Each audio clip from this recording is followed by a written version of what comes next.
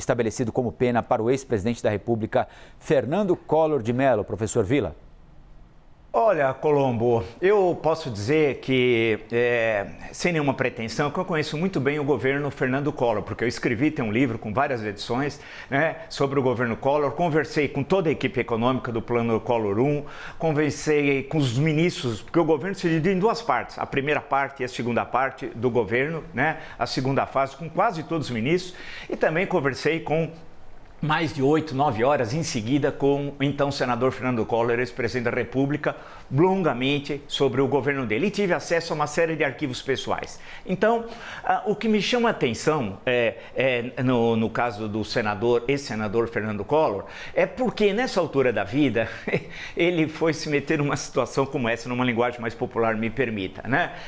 Das acusações de corrupção, da compra também, e demonstrando isso, a compra de Ferrari, Lamborghini, isso, carros populares, né, que ninguém percebe, deixando na casa da Dinda, etc, etc, etc. Isso por quê? Porque o governo dele, veja como o Brasil é complexo, é necessário, e o nosso papel na CNN é fazer análise da notícia, a compreensão e além do fato em si, evitar a tautologia, né? O governo dele foi extremamente reformista. O governo dele abriu o Brasil para o mundo. Entre no supermercado, se alguém quiser ver uma foto mais jovem, o que era o supermercado em 1989 e que passa a ser um supermercado, por exemplo, em 1991. Ele assumiu a 15 de março de 1990 e o impeachment é 30 de dezembro de 92, o impeachment do STF, né? Veja, houve uma mudança radical, uma abertura absoluta, né? Que foi importante em certo momento para recolocar, primeiro para fazer com que as nossas indústrias e o nosso comércio se adaptassem à modernidade.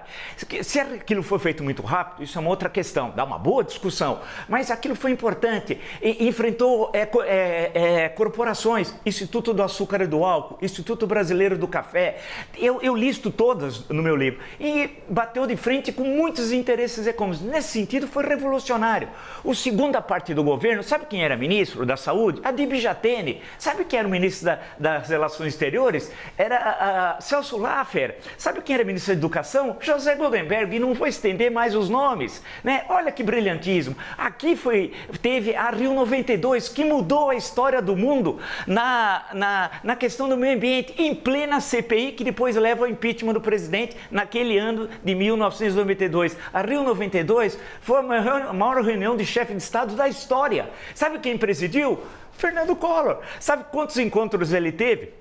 Celso Laffer era ministro das Relações Exteriores, com 81 chefes de Estado, e conversou com os 81 chefes de Estado, naquela situação de crise política, né? Então, ele tinha, nesse sentido, um legado, que foi a sua presidência. Teve as acusações de corrupção, eu sei a história do Paulo César Farias, mas não vou entrar nesse ponto em si. Eu estou falando mais dessa questão estrutural, de pensar a figura dele, porque o Fernando Collor, eu posso dizer com tranquilidade, porque, como eu disse, falei com tanta gente, de manhã ele é Nova York e de tarde ele é Canapi. Quer dizer, convive duas personalidades nele. Ele está identificado, e eu conversei com ele, ele lia, estudava, todos os ministros disseram que os despachos, ele sabia de todos os assuntos, foi ousado, acabou com o projeto da bomba atômica. Nós tínhamos um projeto da bomba atômica, vocês lembram lá o poço ali no Pará, né?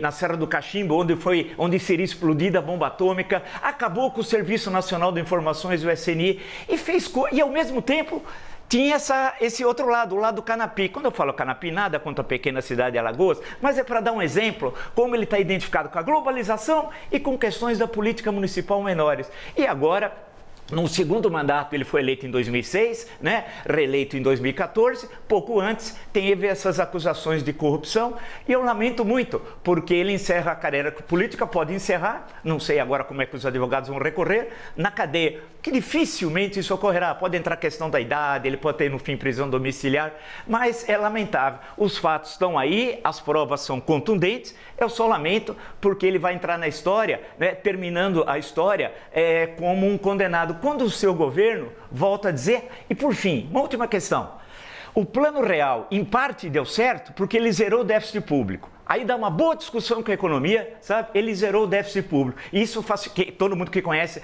a questão do início do Plano Real no governo Itamar Franco fala a importância de ter zerado o déficit público. E pegou um país, a primeira quinzena de março de 1990, sabe qual foi a inflação, você mais jovem? Numa quinzena, 84%, numa quinzena, em 15 dias. Era uma loucura. Aí congelou os ativos financeiros, fez tudo aquilo, mas é uma outra história. Podemos discutir teoricamente isso, porque eu discuti teoricamente com Ibrahim Eres, o Candira, com toda a turma, né?